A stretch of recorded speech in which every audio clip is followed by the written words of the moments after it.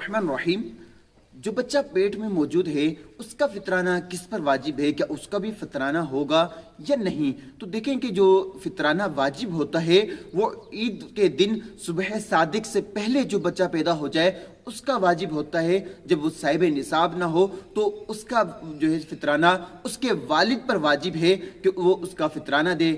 ہاں اگر بچہ صبح صادق کے بعد پیدا ہوتا ہے تو پھر اس پر اس کا فطرانہ واجب نہیں، کیونکہ جو فطرانے کے واجب ہونے کے احکامات ہیں ان میں یہ ہے کہ عید الفطر کی جو صبح صادق ہے اس وقت وہ صاحب نصاب ہو۔ تو صبح صادق کے بعد جب بچہ پیدا ہوگا تو وہ صاحب نصاب نہیں کہلائے گا، تو اس کا فطرانہ بھی واجب نہیں ہوگا۔ اور ماں پر کبھی بھی فطرانہ بچوں کا جو نابالغ بچے ہیں ان کا واجب نہیں ہوتا۔ اگر ماں بھی دے دے تو بہتر ہے ان کی طرف سے، لیکن ماں پر کبھی بھی یہ فطرانہ بچوں کا نابالغ کا واجب نہیں ہوتا۔ اللہ تعالیٰ مجھے اور آپ کو علم نافع عطا فرمائے، آمین بجاہ نبی العالمین۔